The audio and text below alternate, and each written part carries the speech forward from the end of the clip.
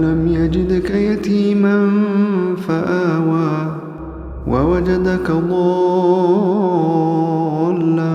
فهدى ووجدك عائلا فأغنى. الحمد للہ نحمده ونستعینه ونستغفره ونؤمن به ونتوکل علیہ ونعوذ باللہ من شرور انفسنا ومن سیئات اعمالنا من يهده الله فلا مضل له ومن يضلله فلا هادي له ونشهد ان لا اله الا الله وحده لا شريك له ونشهد ان سيدنا محمدا عبده ورسوله ارسلہ بالہدی ودین الحق لیظہرہ علی الدین کلہ وکفی باللہ شہیدا فصلی اللہ علیہ وسلم تسلیما کثیرا کثیرا اما بعد فاعوذ باللہ من الشیطان الرجیم بسم اللہ الرحمن الرحیم الم یجدک یتیما فآوی ووجدک ضالا فہدی وَوَجَدَكَ عَائِلًا فَأَغْنَى۔ دوستو اور بھائیو، آج ربیع الاول کی 8 تاریخ ہے اور بعض روایات کے مطابق نبی اکرم صلی اللہ علیہ وسلم کی تاریخ پیدائش 8 ربیع الاول ہی ہے۔ اکثر روایات کے مطابق آپ کی تاریخ پیدائش 9 ربیع الاول ہے، لیکن بالاتفاق آپ کا یوم وصال جو ہے وہ 12 ربیع الاول ہے۔ اسی لیے اگر آپ کو یاد ہو تو 12 ربیع الاول کو 12 وفات کہتے تھے پہلے۔ اب اس میں کیا حکمت ہے اور کیا سازش ہے کہ نبی اکرم صلی اللہ علیہ وسلم کے وصال کو سیلیبریٹ کرنے کے لیے، تاکہ جو نبی اکرم صلی اللہ علیہ وسلم کا یوم وصال ہے اس کو آپ کی تاریخ پیدائش سمجھ کر اس کو خوب سیلیبریٹ کیا جائے اور اس کو خوشیاں منائی جائیں۔ اللہ ہی بہتر جانتا ہے کہ اس میں اپنوں کی بے پرواہی ہے یا غیروں کی سازش ہے، لیکن بہرحال ہو یہی رہا ہے کہ زیادہ مصدقہ جو محققین کی بات ہے وہ یہی ہے کہ 8 یا 9 ربیع الاول نبی اکرم صلی اللہ علیہ وسلم کی تاریخ پیدائش ہے۔ نبی اکرم صلی اللہ علیہ وسلم پر درود و سلام ہم سب بھیجتے ہیں، بلکہ ہم میں سے ہر شخص اپنے لیے سعادت سمجھتا ہے کہ وہ نبی اکرم صلی اللہ علیہ وسلم کو درود و سلام بھیجے۔ اسی طرح جس کو موقع ملتا ہے وہ نبی اکرم صلی اللہ علیہ وسلم کی سیرت کا بیان بھی ضرور کرتا ہے۔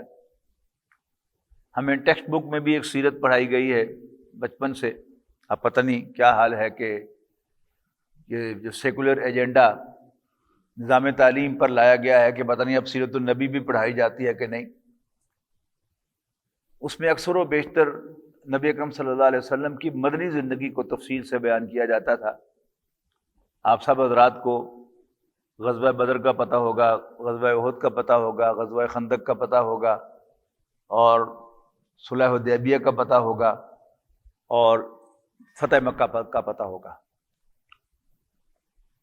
جن کو ذرا زیادہ تفصیل معلوم ہے کہ وہ کچھ درمیان کے اور واقعات کی بھی انہیں خبر ہوگی، لیکن نبی اکرم صلی اللہ علیہ وسلم کی ابتدائی زندگی بہت کم ذکر میں آتی ہے۔ تو آج میں نبی اکرم صلی اللہ علیہ وسلم کی حیات طیبہ کے جو ابتدائی سال ہیں انہی پر اپنی گفتگو کو محدود رکھوں گا، اور صرف ایک حوالہ جو ہے میں دوں گا کہ نبی اکرم صلی اللہ علیہ وسلم کو 40 سال کی زندگی میں جو مشن سونپا گیا، نبی اکرم صلی اللہ علیہ وسلم نے اس مشن کی کمپلائنس کس خوبصورتی کے ساتھ اور کس جلدی کے ساتھ کی، ریکارڈ ٹائم میں۔ اپنی گفتگو کے لیے میں نے سورۃ ضحیٰ کی 3 آیات میں نے تلاوت کی ہیں اب حضرات کے سامنے، اور انہی کے حوالے سے میں گفتگو کروں گا کہ نبی اکرم صلی اللہ علیہ وسلم کی 40 سال کو 3 آیات کے اندر سمو لیا ہے قرآن مجید میں اللہ تعالیٰ نے کہ الم یجد کا یتیمن فآویٰ۔ کیا اللہ نے آپ کو یتیم نہ پایا تو پناہ دے دی، پروٹیکٹ کیا۔ وَوَجَدَكَ ضَالًّا فَهَدَىٰ، آپ کو ضال پایا تو راستہ دکھا دیا۔ وَوَجَدَكَ عَائِلًا فَأَغْنَىٰ، اور پھر آپ کو تنگ دست پایا تو غنی کر دیا۔ یہ تو ہم سب جانتے ہیں کہ نبی اکرم صلی اللہ علیہ وسلم کے والد عبداللہ بن عبد المطلب کا انتقال آپ کی ولادت سے پہلے ہو گیا، گویا آپ ایک یتیم بچے کی حیثیت سے دنیا میں تشریف لائے۔ اس سے پہلے کی کچھ باتیں جو ہیں وہ بھی میں آپ کے علم میں لانا چاہتا ہوں کہ عبد المطلب کے 11 بیٹے تھے، جن میں سب سے چھوٹے عبداللہ بن عبد المطلب تھے، آپ کے والد۔ عبد المطلب کے بیٹوں میں ابو لہب بہت حسین اور سرخ رنگ تھا اس کا، ایسے معلوم ہوتا تھا جیسے اس کے گالوں پر انگارے رکھے ہوئے ہیں، اسی لیے اس کو ابو لہب کا نام دیا گیا، انگاروں کا باپ۔ لیکن جب عبداللہ پیدا ہوئے تو وہ بہت زیادہ ہینڈسم تھے، اور وہ جو ایکسٹرا آرڈنری وہ سرخ رنگت تھی اس کی بجائے ایک نارمل گورا رنگ تھا، اور انتہائی خوبصورت تھے، اور والد ان سے بہت زیادہ پیار کرنے لگے، جس پر ابو لہب بہت جیلس تھا۔ اس پر مزید جیسے وہ کہتے ہیں نیلے پہ دیلا، وہ یہ ہوا کہ عبد المطلب نے منت مانی ہوئی تھی کہ اگر مجھے 11 بیٹے ملے تو میں ایک بیٹا جو ہے وہ کعبے میں جا کر ذبح کروں گا۔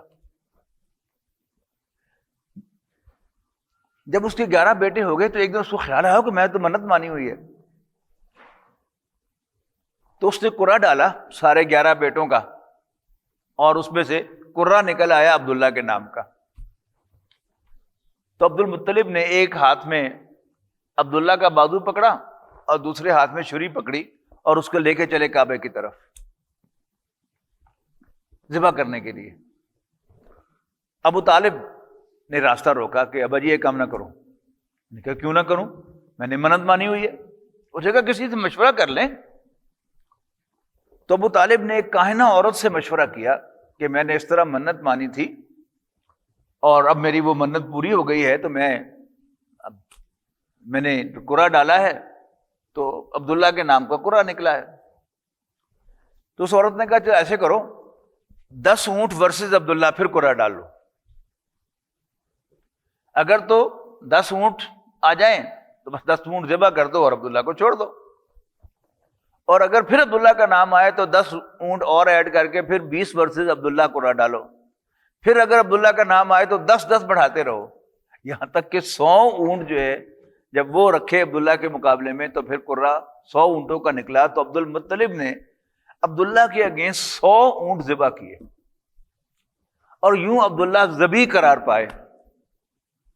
اس کی بھی جیلسی تھی، اس لیے کہ آپ کے جد امجد حضرت اسماعیل علیہ السلام بھی ذبیح اللہ تھے، اور آپ کے والد عبداللہ وہ بھی ذبیح ہو گئے۔ تو نبی اکرم صلی اللہ علیہ وسلم کے لیے تو یہ اعزاز تھا، لیکن ابو لہب کو اس کی بڑی خار تھی۔ عبد المطلب تاجر تھے، انہوں نے کھجوروں کی خریداری کے لیے عبداللہ کو مدینہ بھیجا۔ آج بھی مدینہ ہی میں سب سے زیادہ کھجوریں دنیا میں پیدا ہوتی ہیں۔ آپ حساب لگا کے دیکھیں تو آپ حیران ہو جائیں گے کہ ہر عمرہ کرنے والا اور ہر حاجی کم سے کم 5 کلو کھجوریں لے کے آتا ہے مدینہ سے، لیکن وہ کھجوریں ہیں کہ ختم ہونے کا نام نہیں لیتی۔ دنیا کے کسی کونے میں چلے جائیں آپ کو ڈیٹس فرام مدینہ جو وہ مل جائیں گی۔ تو وہیں عبداللہ کا انتقال ہو گیا۔ جب نبی اکرم صلی اللہ علیہ وسلم کی ولادت ہوئی تو اب آپ براہ راست اپنے دادا کی سرپرستی میں تھے۔ ویسے تو دادا کو عام طور پر سب سے بڑا پوتا بہت زیادہ محبوب ہوتا ہے، اور وہ جو لگژری انجوائے کرتا ہے، دادا کے فیورز انجوائے کرتا ہے، وہ باقی دیکھتے ہی رہ جاتے ہیں۔ اس لیے کہ جب روٹین چل نکلتی ہے، اور اگر 11 بیٹے ہوں، آپ اندازہ لگا لیجئے حضور صلی اللہ علیہ وسلم کی پیدائش سے پہلے کتنے پوتے ہوں گے عبد المطلب کے۔ لیکن اللہ تعالیٰ کا ایک خاص کرنا یہ تھا کہ عبد المطلب نے اپنے اس پوتے کے لیے اپنے دل میں غیر معمولی محبت محسوس کی۔ وہ اٹھا کر لے کے گئے کعبے میں ان کو، اور مکے کے سرداروں سے کہا کہ میں نے اپنے اس بچے کا نام محمد رکھا ہے صلی اللہ علیہ وسلم۔ یہ ذہن میں رکھیے گا کہ عربی ان کو آتی تھی، محمد کا مطلب تو ان کو پتا تھا، لیکن یہ ایک ان یوزول نام تھا. عبداللہ ان کا عام نام تھا، اور باقی ان کے مؤنث نام ہوا کرتے تھے اکثر. آپ غور کر لیجئے، حمزہ، اسامہ، عبادہ، عبیدہ، یہ سب کیا ہیں؟ یہ سب مؤنث نام ہیں. یہ مردوں کے نام ہوا کرتے تھے ان کی عام روٹین میں، لیکن یہ اس روٹین سے ہٹ کر نام تھا. اور عبد المطلب نے کہا سرداروں سے کہ میں نے اپنے اس بچے کا نام محمد رکھا ہے، اور مجھے امید ہے کہ اس کی بے حد تعریف کی جائے گی. مکہ مکرمہ کا ایک رواج تھا، اس لیے کہ مکے والوں کو اپنی زبان کا بڑا کریز تھا کہ ہماری زبان بہت اصل عربی ہونی چاہیے، اس میں دوسری زبانوں کے الفاظ کی ملاوٹ نہیں ہونی چاہیے. جیسے ہمارا معاملہ ہے نا کہ ہم پنجابی ہیں، لیکن ہم 4 جملے بھی خالص پنجابی کے نہیں بول سکتے، کچھ نہ کچھ اس میں انگریزی کے الفاظ کو پنجابی کے الفاظ جو ہیں وہ ساتھ ساتھ ہوں گے. یہ کیا ہے؟ ہماری مجبوری ہے. آپ میں سے جو حضرات بیرون ملک سفر کرتے ہیں تو کوئی نہ کوئی الفاظ ان کی زبان میں ادھر ادھر کے بھی ضرور اور ہوں گے کہ جو شاید عام آدمیوں کو بھی سمجھ میں نہیں آتے یہاں پر. تو عرب اس بات کا بڑا اہتمام کرتے تھے کہ ہمارے بچے کو اصلی عربی زبان آتی ہو، اس لیے کہ وہ سمجھتے تھے بولنا تو ہم ہی جانے، باقی سب کو وہ اجمی کہتے تھے. اور عربی زبان میں اجمی کے لٹرل میننگز ہیں گونگا. جیسے ہمارے ہاں اردو اسپیکنگ لوگ جو ہے وہ اپنے آپ کو اہل زبان کہتے ہیں، اس کا مطلب کیا ہے کہ باقی سب بے زبان ہے. یہ وہی ایک ہی سائیکالوجی ہے. دوبارہ ان کو اپنی زبان پر ناز تھا، اس لیے وہ بچوں کو دیہاتوں میں بھیجتے تھے کہ وہاں وہ تازہ ہوا میں پلیں اور خالص عربی زبان سیکھیں، جہاں غیر عربی زبان بولنے والوں کا کوئی آنا جانا نہ ہو، تاکہ ان کی زبان پولیوٹ نہ ہو. نبی اکرم صلی اللہ علیہ وسلم کو پالنے کی سعادت حضرت حلیمہ سعدیہ رضی اللہ تعالی عنہا کو حاصل ہوئی. وہ خود بیان فرماتی ہیں کہ ہم اپنے گاؤں کی کچھ عورتیں شہر کو گئیں بچے گود لینے کے لیے. سب عورتوں کو بچہ مل گیا، مجھے نہ ملا. میں نے سوچا کہ چلو خالی ہاتھ جانے سے بہتر ہے کہ وہ یتیم بچہ ہی لے لوں، اس لیے کہ تمام عورتیں جو ہیں وہ اس بچے کو چھوڑ رہی تھیں کہ اس کا باپ نہیں ہے تو ہمارا کون سا کوئی خدمت کرنی ہے کسی نے. لیکن کہتی ہیں کہ یوں ہی میں نے یہ بچہ گود میں لیا تو مجھے محسوس ہوا کہ جیسے میری چھاتیوں میں دودھ بھر آیا ہے، برکت نبی اکرم صلی اللہ علیہ وسلم کی. اور وہ گدھی جس پر سوار ہو کر میں گئی تھی، جاتے ہوئے سب سے پیچھے تھی، آتے ہوئے سب سے آگے تھی. جب آپ کی عمر 4 سال کی ہوئی تو دائی حلیمہ نبی اکرم صلی اللہ علیہ وسلم کو والدہ کے پاس چھوڑنے کے لیے آئیں. ماں کی گود میں دے کر انہیں کہانی ڈالی کہ جی باجی کی خیال ہے، دیکھو نا بچہ کتنا اچھی عربی بولتا ہے اور کتنا صحت مند ہے، 2 سال ہو نہ رکھ لوں میں. تو آپ کی والدہ نے آپ کے دادا سے مشورہ کر کے ان کو اجازت دے دی کہ تم 2 سال اور رکھ لو. جب آپ کی عمر 5 سال ہوئی تو کچھ غیر معمولی واقعات پیش آئے، جن میں سے ایک سنا دیتا ہوں آپ کو. کہ بچوں نے آ کر بتایا دائی حلیمہ کو کہ کچھ لوگ آئے، انہوں نے محمد کو زمین پر لٹایا اور ان کا سینہ چاک کر دیا اور اس میں سے دل نکال کر دھویا اور پھر واپس ڈال کے اور پھر سینہ بند کر دیا. اب دائی حلیمہ کو خطرہ ہوا کہ ایسا نہ ہو کہ اس بچے کو کچھ ہو جائے اور مجھے یہ بچہ بھرنا پڑ جائے. لہذا 5 سال کی عمر میں وہ آ کر والدہ کے حوالے کر کے جی بس اب کسی کی زبان بھی ٹھیک ہوئی ہے، ہیلدی بھی ہے، اس کو مزید اب رہنے کی ضرورت نہیں ہے.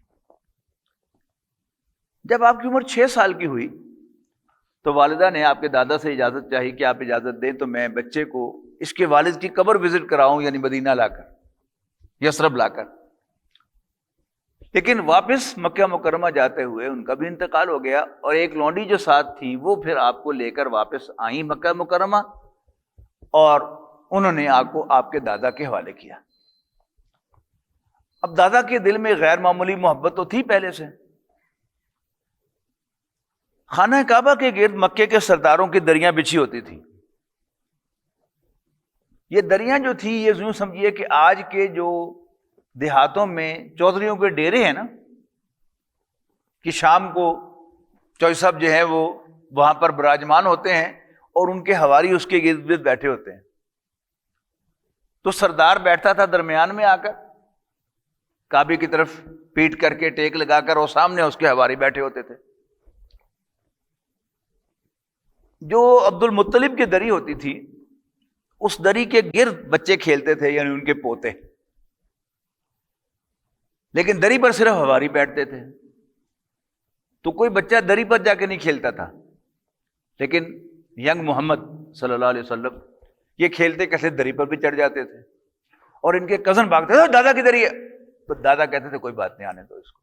یعنی وہی جو غیر معمولی محبت تھی یہ اس کا اظہار تھا. لیکن اللہ تعالیٰ کو کیا منظور تھا، جب آپ کی عمر مبارک 8 سال تھی اس وقت دادا کو بھی اللہ تعالیٰ نے بلا لیا. اب خاندانی روایت کے مطابق آپ خاندان کے سربراہ کی ڈائریکٹ کسٹڈی میں چلے گئے. پہلے دادا تھا، دادا تو ہوتا ہی باپ ہے، لیکن اب چچا، سارے تایا ہی تھے اس لیے کہ عبداللہ سب سے چھوٹے تھے، ہم پنجابی میں تو ان سب کو تایا کہیں گے، تو سب تائے تھے نبی اکرم صلی اللہ علیہ وسلم کے. لیکن خاندان کی سربراہی اب ملی ابو طالب کو. ابو طالب ایک آئیڈیل سربراہ خاندان تھا. یہ خاندان جو ہے اس کو ذرا تھوڑا سا سمجھنا چاہیے کہ قبائلی نظام میں خاندان کیا چیز ہے. ایک ہے عائلہ، یعنی ایک باپ ہے اس کی اولاد ہے. ایک ہے خاندان، یعنی دیہات کی زبان میں آپ کو اس کو یوں سمجھے کہ دیہات میں اصل پہچان خاندان ہے. شہروں میں تو کوئی حیثیت ہی نہیں نا، آپ کے برابر والے مکان میں کوئی شخص جو ہے وہ کرائے پہ آ جائے یا خرید کے آ جائے اس میں اور بورڈ لگا لے حاجی سید عبد الرحمان، آپ سارے شاہ جی کیا کہ ان کو بلائیں گے، کسی کو پتہ نہیں وہ ہے کیا. لیکن دیہات میں ایسا نہیں ہوتا. آپ کسی دوست کے ساتھ جائیں اور کوئی ایکس وائی زی گزر رہا ہو تو اس سے پوچھیں کہ یہ کون ہے، اس کا نام بعد میں بتائے گا، اس کا خاندان پہلے بتائے گا کہ راجپوتاں دا یا رائیاں دا یا ڈوگراں دا یا فلانیاں دا. یہ کیا ہی خاندان کی پہچان ہے. تو خاندان بنو ہاشم اس کا سربراہ ابو طالب تھا، اور یہ خاندان آج بھی دیہاتوں میں اپنے لوگوں کی پروٹیکشن کرتا ہے. یعنی آپ کسی شہر میں مدینہ ٹاؤن تھانہ کبھی جا کے دیکھیں، اول تو وہ بیچارہ ہے ہی بڑا بوسیدہ تھانہ، لیکن اس میں جو موٹر سائیکلیں باہر کھڑی ہوں گی وہ صرف عملے کی ہوں گی، لیکن کوئی وہاں پر آپ کو بندہ پرندہ نظر نہیں آئے گا. عملے کے لوگ تو اپنے اپنے آفس میں بیٹھے جو ہیں وہ کام کر رہے ہیں، تفتیشی اپنے کمرے میں ہے اور اس کا جو محرر ہے وہ اپنے کمرے میں، ایس ایچ او صاحب جو ہیں وہ اپنے آفس میں ہوں گے. لیکن آپ کھڑے والے تھانے میں جائیں تو وہاں پر آپ کو اکثر بندے ملیں گے، کبھی 50 آدمی، کبھی 100 آدمی. یہ کون لوگ ہیں کہ جو آدمی پکڑا گیا ہے، جس کو پولیس پکڑ کے لائی ہے، اگر وہ راجپوتوں کا ہے تو راجپوت اس کے پیچھے ہیں، اور اگر وہ جٹوں کا ہے تو جاٹ اس کے پیچھے ہیں، ڈوگروں کا ہے تو ڈوگر اس کے پیچھے ہے، اور سپریم کورٹ تک اس کے ساتھ جائیں گے. یہ ہے خاندانی نظام. اور مثال دیتا ہوں آپ کو کہ کسی گھرانے کا کوئی بچہ، کوئی لڑکا، کوئی نوجوان کسی کی بہو بیٹی اغوا کر لے تو خاندان کے اندر بے شک اس کو جوتے مار لیں. حالانکہ سب غلط سمجھتے ہیں، ڈوگر بھی، جاٹ بھی، راجپوت بھی، رائیں بھی، سب غلط سمجھتے ہیں غلط کام ہے. اندر کھانے غلط کھائیں گے، لیکن باہر سب کے ساتھ اس کے ساتھ کھڑے ہوں گے، خبردار ساڑھے منڈے میں ہاتھ لائے. یہ ہے خاندانی نظام. ابو طالب کا کیریکٹر آپ کو سمجھ میں نہیں آ سکتا اگر آپ خاندانی نظام کو نہیں سمجھتے. تو سیرت النبی کو سمجھنے کے لیے خاندانی نظام کو سمجھنا ضروری ہے. 8 سال کی عمر سے لے کر 50 سال کی عمر تک، یعنی یہ 42 سال بنتے ہیں، اس میں ابو طالب خاندان کا سربراہ رہا، اور اس نے کسی کو نبی اکرم صلی اللہ علیہ وسلم کے پاس نہیں پھٹکنے دیا. یہ ہے پروٹیکشن. الم یجد کا یتیمن فآوا. اللہ تعالیٰ نے آپ کو یتیم نہیں پایا تو پروٹیکٹ کیا. یعنی صرف تھوڑا سا وقفہ گزرا ہے کہ جب آپ وداؤٹ پروٹیکشن رہے ہیں، اور یہ وہ ایام ہیں جب آپ طائف گئے ہیں. یہ کیوں ہوا کہ ابو طالب کے انتقال کے بعد ابو لہب جو اول روز سے حضور صلی اللہ علیہ وسلم کا دشمن تھا، آپ سے خار کھاتا تھا، وہ خاندان کا سربراہ بنا، اور اس نے نبی اکرم صلی اللہ علیہ وسلم کو خاندان بنو ہاشم سے نکال دیا.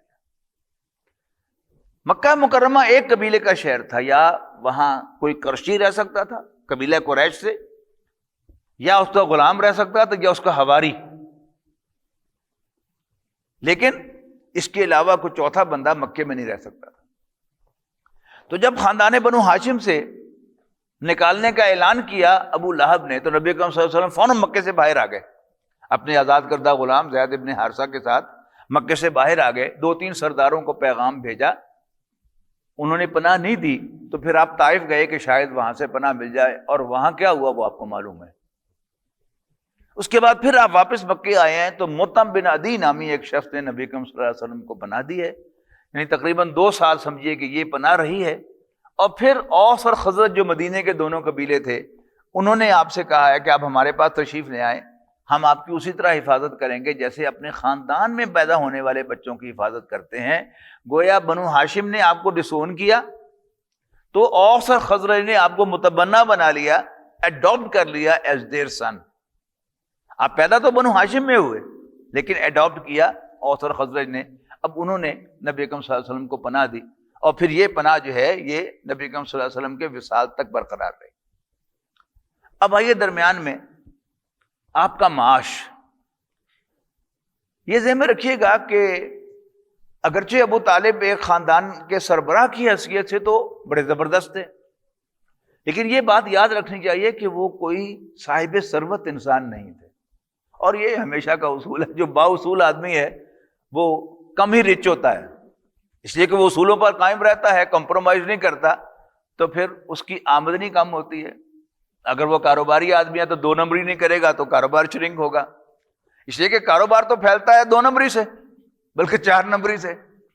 تو جو 2 نمبری کرتا ہے اس کا کاروبار پھیلتا ہے، جو 4 نمبری کرتا ہے اس کا کاروبار تو اور زیادہ پھیل جاتا ہے۔ تو بااصول آدمی تھا، لہذا غریب آدمی تھا، لیکن اس کی ایک ٹور تھی، مانا جاتا تھا کہ یہ سردار ہے، اس کے سامنے کوئی بول نہیں سکتا تھا۔ ڈیسیژن جو ہے، ڈیسیژن میکنگ میں اس کی ایک بات تھی کہ ڈٹا رہا ہے، پورا مکہ مخالف ہو گیا۔ اس نے کہا کہ نو وے، میں تمہیں لڑکا اپنا بچہ تمہارے حوالے کر دوں تاکہ تم اس کو قتل کر دو، دوڑ جاؤ۔ یعنی آخری دم تک اس کی یہی بات رہی ہے۔ جب وہ آخری قریش کا وفد آیا ہے کہ بھتیجے سے کو کیا مانگتا ہے، بادشاہ بننا چاہتا ہے تو بادشاہ بنا دیتے ہیں، مال و دولت چاہتا ہے تو مال و دولت دے دیتے ہیں، کسی عورت سے شادی کرنا چاہتا ہے تو شادی کرا دیتے ہیں۔ نبی اکرم صلی اللہ علیہ وسلم سے پوچھا ابو طالب نے کہ مکے والے یہ کہہ رہے ہیں، آپ نے فرمایا کہ یہ تو بڑی گھٹیا پیشکش لے کے آئے ہیں، وہ میرے ایک ہاتھ پر لا کے سورج رکھ دیں اور دوسرے ہاتھ پہ لا کے چاند رکھ دیں، تب بھی میں اپنے مشن کو نہیں چھوڑ سکتا۔ تو ابو طالب نے کہا کہ دوڑ جاؤ۔ تھے غریب آدمی، لہذا نبی اکرم صلی اللہ علیہ وسلم کو وہ سلور سپون کے ساتھ نہ کھلا سکے، یہ بات یاد رکھنی چاہیے۔ لہذا نبی اکرم صلی اللہ علیہ وسلم کو بچپن میں بڑی مشقت کی زندگی گزارنی پڑی اپنے معاش کے لیے، اور آپ نے مکے میں جہاں ٹیمپریچر نارملی 50 ڈگری تک چلا جاتا ہے، کسی گھرانے کے جانور چرائے۔ اور آپ کو خود فرمان ہے، بخاری شریف کی روایت ہے کہ میں نے بڑے معمولی معاوضے پر فلاں گھرانے کے جانور چرائے۔ سخت محنت ہے نا۔ جب آپ جوان ہوئے تو ابو طالب نے آپ کو تجارت کے پیشے سے وابستہ کیا، یعنی ہم نے بچپن میں پڑھا تھا سیرت النبی کی کتابوں میں یا ٹیکسٹ بکس میں، پھر آپ نے تجارت شروع کر دی، اور ساتھ ہی تھا کہ دوسروں کا مال لے کے جاتے تھے اور اس میں کمیشن ملتا تھا، تو یہ تجارت کہاں ہوئی؟ آپ بزنس کے پیشے سے وابستہ ہوئے، آپ تاجر نہیں تھے۔ لیکن اس دوران نبی اکرم صلی اللہ علیہ وسلم نے بہت جلد مکے میں ایک نام کمایا، مکے میں مشہور ہو گیا کہ ہاشمیوں کا یہ لڑکا صلی اللہ علیہ وسلم یہ اپنا مال بیچنے کے لیے بھی جھوٹ نہیں بولتا، اور مال کا نقص بتا کر بیچتا ہے۔ بڑی انیوژل بات تھی، لہذا مکے والوں نے نبی اکرم صلی اللہ علیہ وسلم کو الصادق اور الامین کہنا شروع کر دیا، سچا اور کھرا آدمی، دیانتدار آدمی۔ ادھر مکے میں ایک خاتون تھی، مکے کی سب سے مالدار خاتون، جن کا نام تھا خدیجہ بنت خویلد رضی اللہ تعالی عنہا۔ یہ 2 دفعہ کی بیوہ تھی۔ یہ بھی بڑی دلچسپ بات ہے کہ نارملی کسی نوجوان کو کوئی جوان عورت نہ ملے شادی کرنے کے لیے اور اس کو اپنے سے 15 سال بڑی عورت سے شادی کرنی پڑے تو یہ بڑا ہوگا، اوہو بیچارے کو کوئی جوان عورت بھی نہ ملی. لیکن میں یہ سمجھتا ہوں کہ یہ نبی اکرم صلی اللہ علیہ وسلم پر اللہ کا خاص احسان تھا. اللہ تعالیٰ نے حضرت خدیجہ کو ٹرینڈ کیا تھا کہ اپنے شوہر کا خیال کیسے رکھا جاتا ہے، اس کی خدمت کیسے کی جاتی ہے.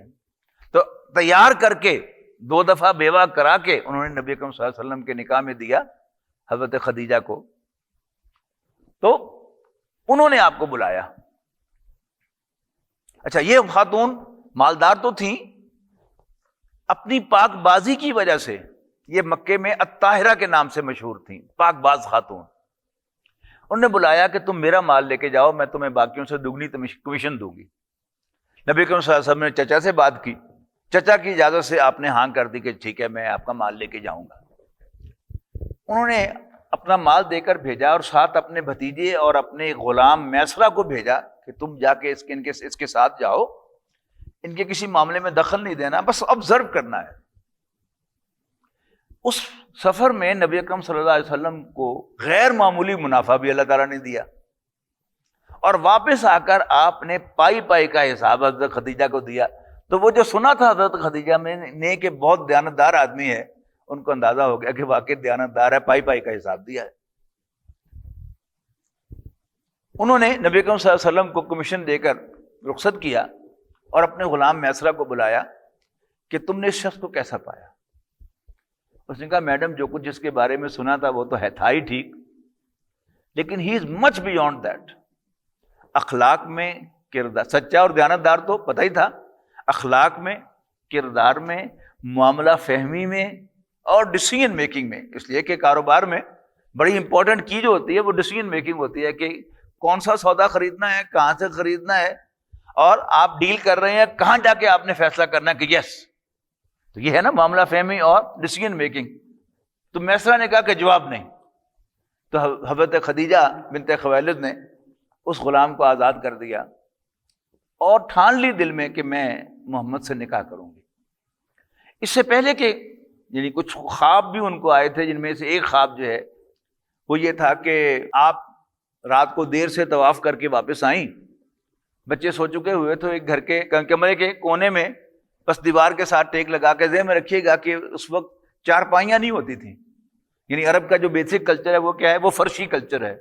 تو بیٹھی ایک جگہ پر وہیں آنکھ لگ گئی اور خواب دیکھا کہ سورج آسمان سے اتر کر میرے گھر میں آ گیا اور ساری دنیا کے لوگ اس سے روشنی لینے کے لیے میرے گھر آئے ہوئے ہیں.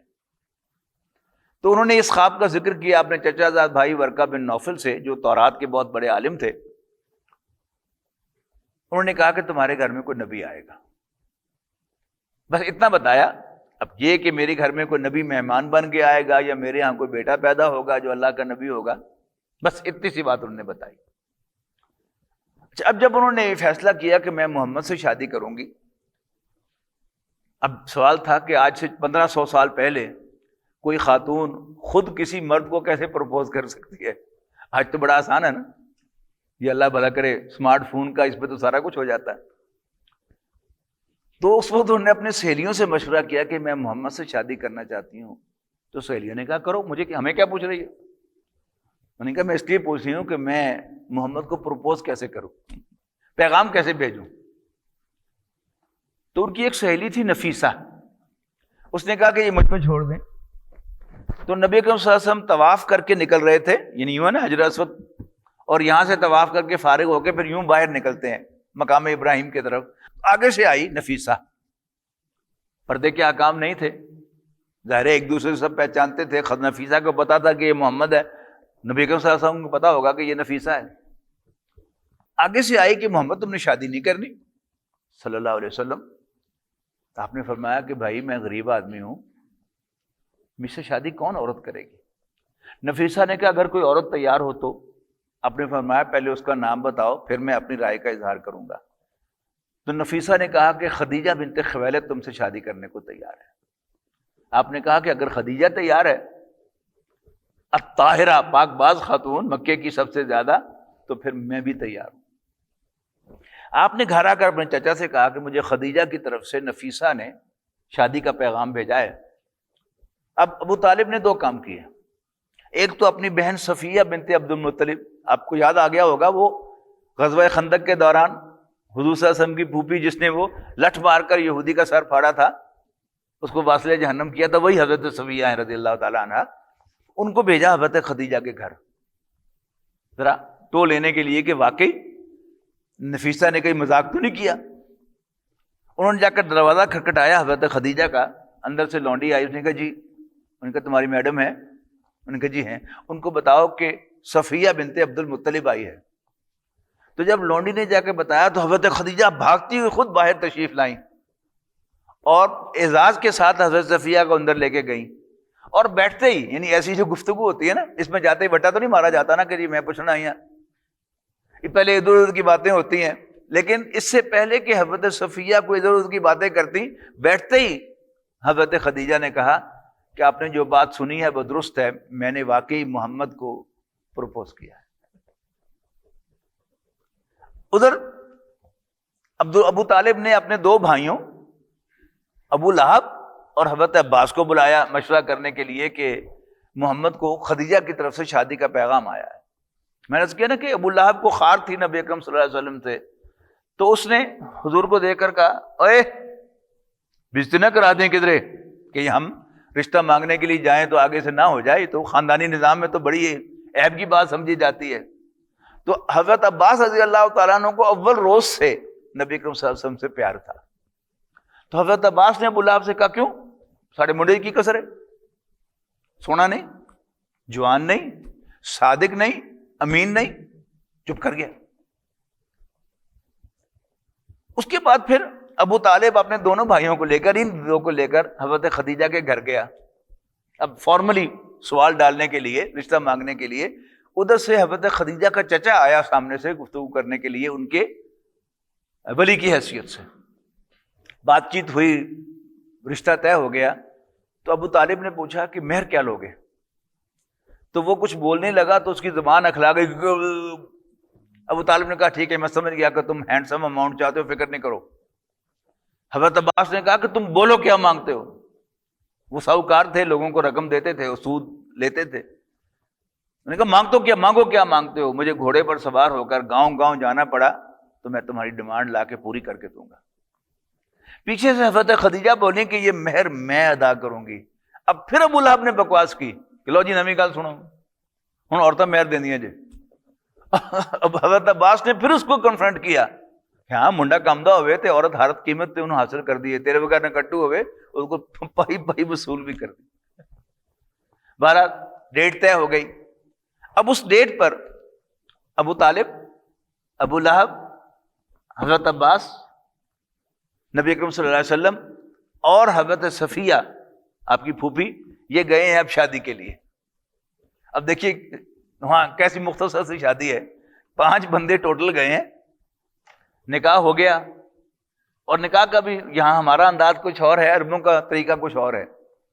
عربوں کا کیا ہے کہ عورت کا ولی، اس کا باپ ہو اگر تو باپ، ورنہ جو بھی ہے وہ دولہا کے ساتھ ہاتھ میں لاتا ہے اور کہتا ہے کہ میں نے اپنی بیٹی فلاں بنت فلاں تمہارے نکاح میں دی۔ مرد کہتا ہے قبول تو میں نے قبول کی، بس نکاح ہو گیا۔ نکاح ہو گیا تو نبی اکرم صلی اللہ علیہ وسلم بڑی سادگی کے ساتھ اپنے چچاؤں کے ساتھ ہی اٹھ کر چلے۔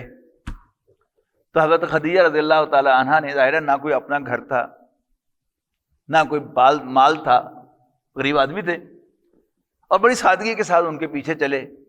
تو حضرت خدیجہ نے نبی صلی اللہ علیہ وسلم کو ایڈریس کر کے کہا، اپنے گھر کی طرف اشارہ کر کے، الا بیتک، اپنے گھر چلیے، فبیتی بیتک، میرا گھر ہی آپ کا گھر ہے، وانی جاریتک، میں آپ کی لونڈی ہوں۔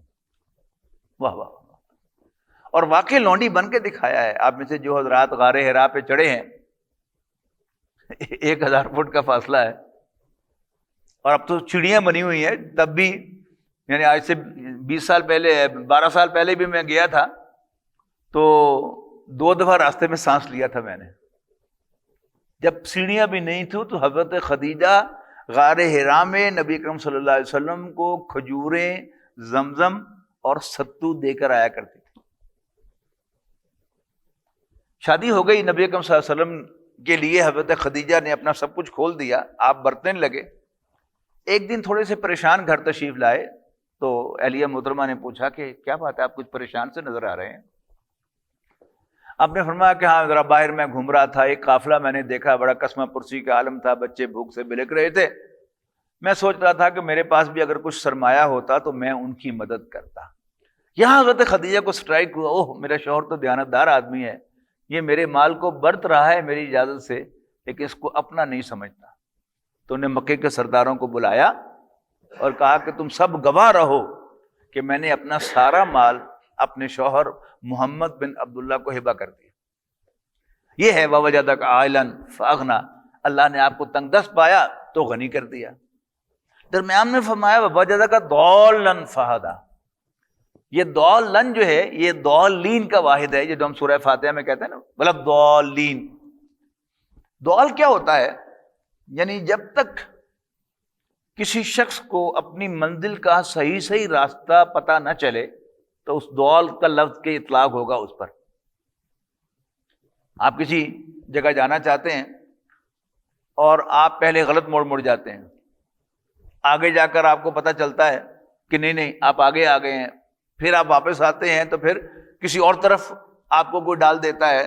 جب تک آپ کو آپ کی منزل کا صحیح راستہ معلوم نہ ہو تو آپ پر ضال کا اطلاق ہوگا، اور جب آپ کو صحیح ڈائریکشن معلوم ہو جائے گی تو پھر آپ مہتدی قرار پائیں گے۔ نبی اکرم صلی اللہ علیہ وسلم نے ساری عمر، بدکاری تو بہت دور کی بات ہے، کبھی کوئی گالی بھی زبان پر نہیں لائے، کبھی کوئی ولگر گفتگو نہیں کی، کبھی کسی ولگر محفل میں نہیں بیٹھے۔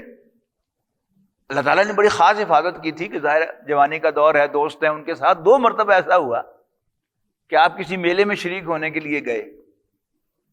اب میلوں میں کیا ہوتا ہے وہ آپ کو معلوم ہی ہے، بے حیائی، ڈانس عورتیں جو ہیں وہ کر رہی ہیں۔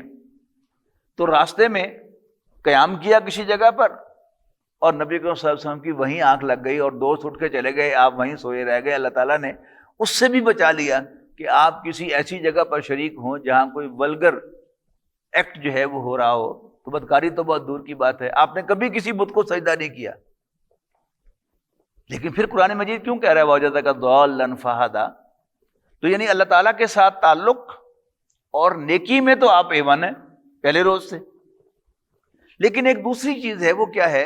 انسانی ہمدردی۔ یعنی انسان کے 2 تعلق ہیں، ایک اپنے خالق کے ساتھ اور ایک اپنے فیلو ہیومن بینگ کے ساتھ۔ اس میں نبی اکرم صلی اللہ علیہ وسلم نظر آتے ہیں کہ آپ جو ہیں کبھی ادھر جاتے ہیں، کبھی ادھر جاتے ہیں، کبھی ادھر جاتے ہیں، کبھی ادھر جاتے ہیں، آپ جو کچھ چاہ رہے ہیں وہ ہو نہیں رہا۔ جب آپ بھیڑ بکریاں چراتے تھے، معمولی معاوضہ ملتا تھا تو کسی کی کیا خدمت کرنی تھی، اپنی 2 وقت کی روٹی بھی شاید مشکل سے نکلتی ہو، لیکن جذبہ ہمدردی جو تھا انسانیت کا وہ آپ کے دل میں تھا، لہذا آپ نے ایسے 2 کاموں کا انتخاب کیا جس میں پیسہ نہیں لگتا تھا لیکن خدمت ہوتی تھی۔ وہ کیا تھے؟ یتیموں کی سرپرستی اور بیواؤں کی خبر گیری۔ یتیم کی اصل ضرورت پیسہ نہیں ہے، یتیم کی اصل ضرورت جو ہے وہ یہ ہے کہ کوئی شخص اس کو ایسے گلے لگائے کہ اگر اس کا باپ زندہ ہوتا تو اسے گلے لگاتا اور اس کا منہ چومتا۔ پیسہ یتیم کی ضرورت نہیں ہے۔ یعنی کھاتے پیتے گھرانوں کے یتیم بچے جو ہیں وہ کبھی بھوکے نہیں سوتے، لیکن انہیں وہ ماں باپ کی وہ جو کمی ہے وہ محسوس ہوتی ہے۔ مجھے بعض واقعہ بھولتا نہیں ہے، اپنی ڈینٹل پریکٹس میں ایک خاتون 40-42 سال کی تھی، شیخ گھرانے سے تعلق تھا، میرا نہیں خیال کہ وہ کبھی بھوکی سوئی ہوگی، لیکن مجھے نہیں پتا تھا۔ تو ایک دفعہ میں نے اس کے ٹریٹمنٹ کیا تو مجھے کہتی ہے ڈاکٹر صاحب میں آپ کے ساتھ پاس جو ہے وہ ٹریٹمنٹ جو بھی آپ کہتے ہیں وہ بھی کراتی رہتی ہوں، پھر میرے دانت خراب کیوں ہیں؟ تو ایک ہماری عام سی روٹین ہوتی ہے ڈاکٹرز کی، وہ فیملی ہسٹری پوچھتے ہیں۔ تو میں نے کہا جی آپ کے پیرنٹس کے دانت کیسے ہیں؟ تو آپ بلیو کریں کہ وہ 40-42 سال کی خاتون جو ہے زاروں قطار رونے لگی میری ڈینٹل چیئر پر بیٹھے ہوئے کہ ڈاکٹر صاحب میں نے تو اپنے والدین دیکھے ہی نہیں، بہت بچپن میں فوت ہو گئے۔ تو شیخ گھرانے سے، کھاتے پیتے گھرانے سے تعلق تھا، بالکل پہلے وہ ہماری گلی میں ہی رہتے تھے. میں نہیں سمجھتا کہ وہ کبھی بھوکی سوئی ہوگی، لیکن وہ جو ایک سینس آف ڈیپریویشن ہے کہ میں نے اپنے ماں باپ دیکھے ہی نہیں ہیں. تو یتیم کی اصل ضرورت کیا ہے کہ کوئی اس کا منہ چومے، کوئی اس کو گلے لگائے، کہ اگر اس کا باپ زندہ ہوتا، اس کی ماں زندہ ہوتی تو اس کو پیار کرتی، گلے لگاتی. یہ ہے اصل ضرورت. اور نبی اکرم صلی اللہ علیہ وسلم یتیموں کو گلے لگاتے، ان کو پیار کرتے، ان کی کوئی چھوٹی موٹی ضرورت پوری کرتے. یہ کیا تھا؟ انسانی خدمت تھی.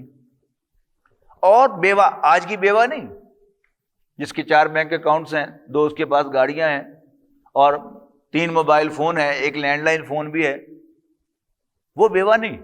آج سے 1500 سال پہلے کی بیوہ کا تصور کیجئے کہ اگر کوئی نوجوان شہر کا ہر دوسرے چوتھے روز آ کے پوچھتے رہے کہ اما جی کو کام ہو تو دسو، ہے نا خدمت، اس میں پیسہ نہیں لگتا، آپ کرتے رہے. پھر وہ محسوس ہوا، وہ جو واقعہ میں نے آپ کو سنایا ہے، آپ نے قافلہ دیکھا قسمہ پرسی کے عالم میں، تو احساس ہوا کہ میرے پاس پیسہ ہوتا. یہ جی تو چاہتا ہے نا کہ میں زبانی صرف گلے سے نہ لگاتا رہوں، میں بالفعل خدمت کروں.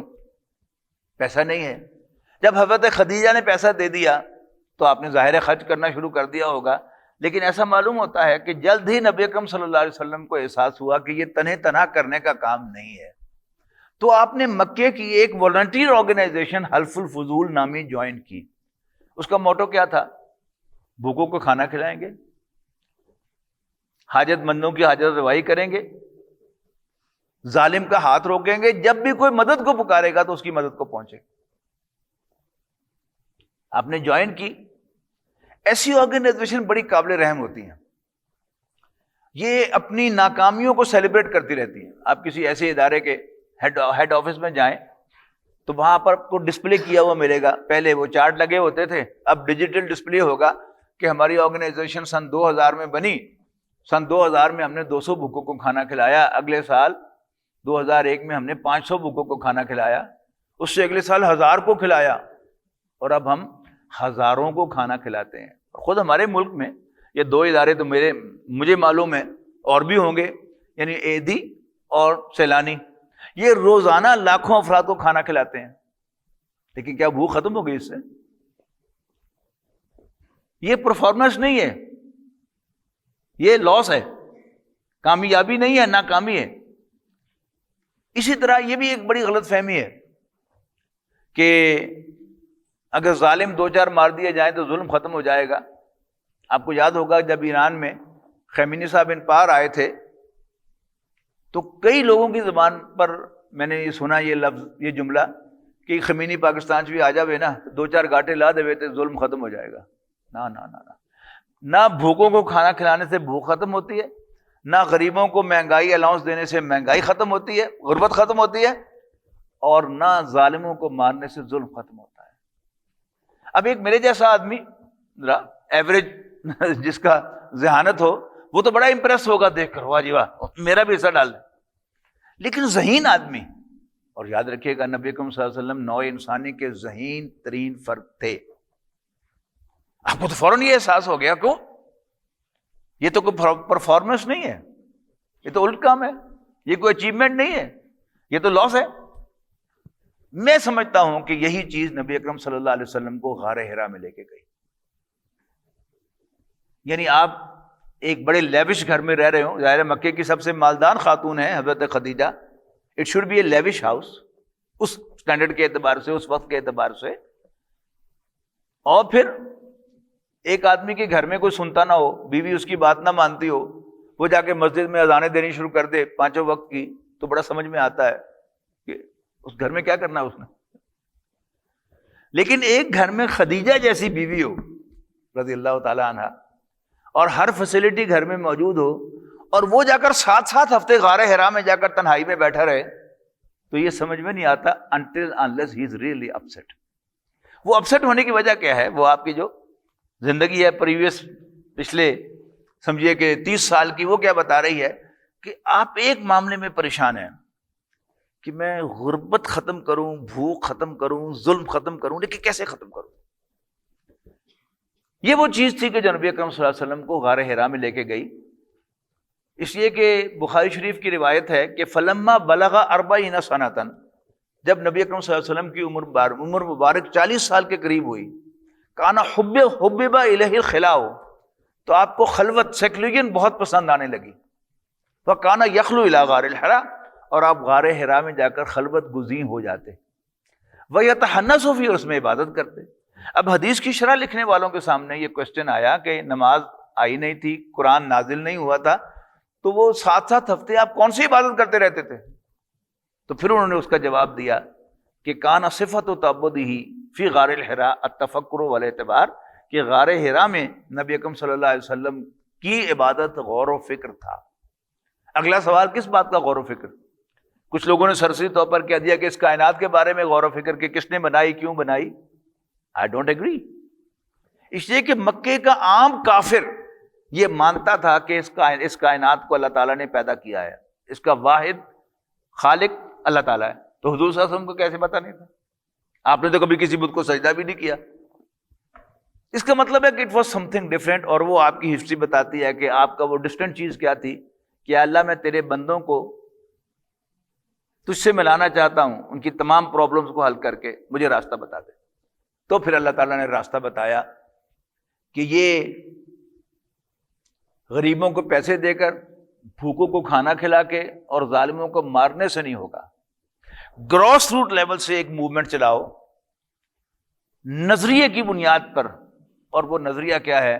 اقرا بسم ربک الذی خلق۔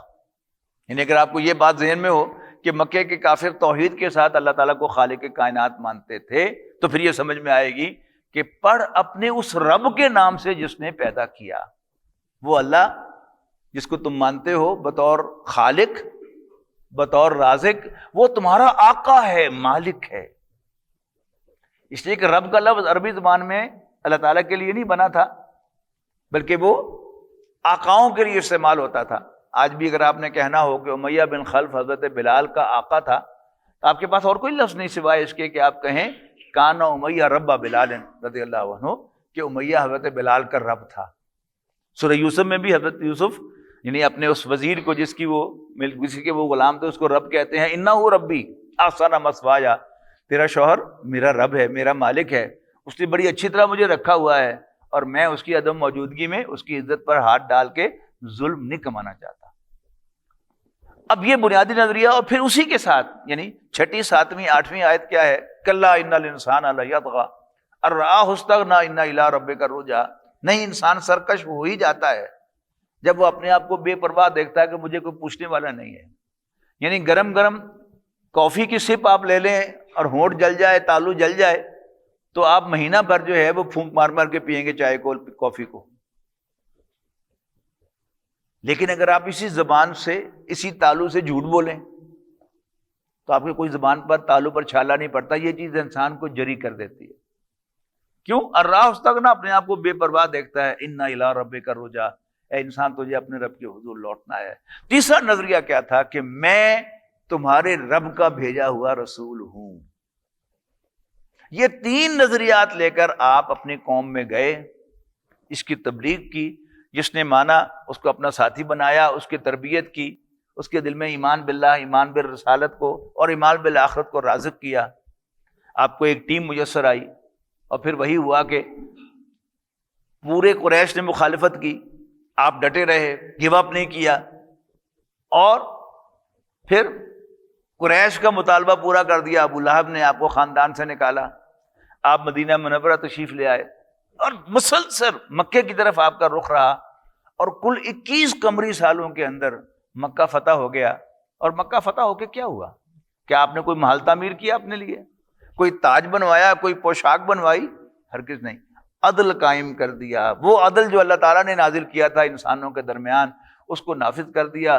ظلم بھی ختم ہو گیا، بھوک بھی ختم ہو گئی، غربت بھی ختم ہو گئی، اور سب بھائی بھائی بن گئے، جو بہت مشکل کام ہے۔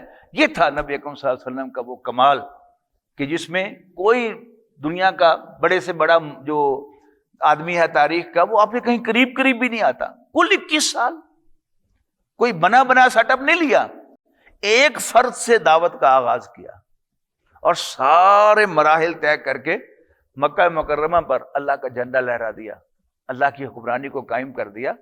یہ بہت بڑی اچیومنٹ تھی، اور یہ تھی کس کی روشنی میں؟ اللہ تعالیٰ جو گائیڈ کر رہا تھا، اس نے جو دیا تھا کہ یہ 3 نظریات ہیں، ان کی بنیاد پر اٹھو۔